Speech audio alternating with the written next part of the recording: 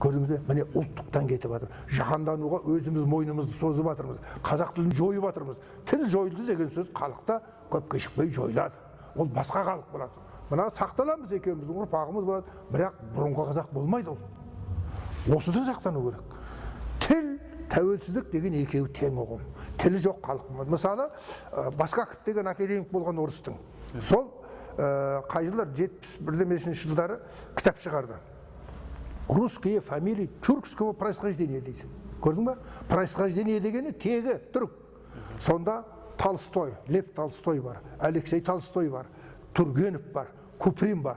Бұлардың бәрінің арғы тегі түрік екені айтылады. Олар неге орыс болып кетті? Тілден айырылды. Бірақ орыстың ішінде орыстың ұлы жазушылар олар. Қазақтың жазушылары деп айта алмайсың, таласа алмайсың. Өйткені тіл жоқ. Біздегі қазақ тілін білмейтін, тек орыс тілін білетіндер қазақ болып жазып, оларға дұрыс емес. Русский, казахского происхождения. Көрдіңіз бе? Тілін қайтыл, бітті сол ұлт боласың. Оны өтірік айтудың түкке қажеті жоқ. Ол қазақтың диірмен тұқы. Бізде қазір екі мемлекет бар Қазақстанда. Біреуі орысша сөйлейтін халық, біреуі қазақша сөйлейтін халық. Қазақша сөйлейтін халық өзінің қазақша тілін де біледі, орыс тілін де біледі. Екеуін тең біледі. Орыс тілін де білетін қазақша сөйлемейді. Ол мүлде басқа халық. Көрдіңіз бе?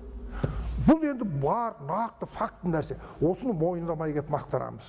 Біз ұлы халықпыз, тәуелсіздікті дүрілдету. Тәуелсіздікті дүрілдету үшін халықта тіл үйрету керек. Тіл жоқ бізде. Тіл жоқ жерде тәуелсіздікте жоқ. Жартылай, бірдеме бар. Ол совет өкіметі кезінде солай жартылай болатынбыз.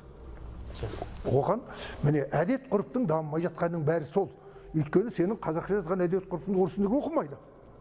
Білмейді. Ол тілде тәрбиеленбейді. Мектепте тәрбиеленбейді. Мектепте қазір 3 тіл әкелетін болса, қазақ тілі тіпті әдет ғұрып тіптен айырыламыз. Өйткені олар ешқашан сенің қазақ тіліңді оқып жатпайды.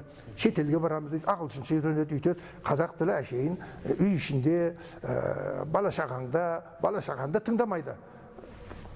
Өледі бірте-бірте. Өлетін тілге айналдырып қойдық қазір. Оның іргетасын қалап қойдық. Сондықтан тәуелсіздікті өтірік мақтануға болмайды. Тәуелсіздік тілге тәуел келмей тұрып, тәуелсіздік толық ешқашан болмайды.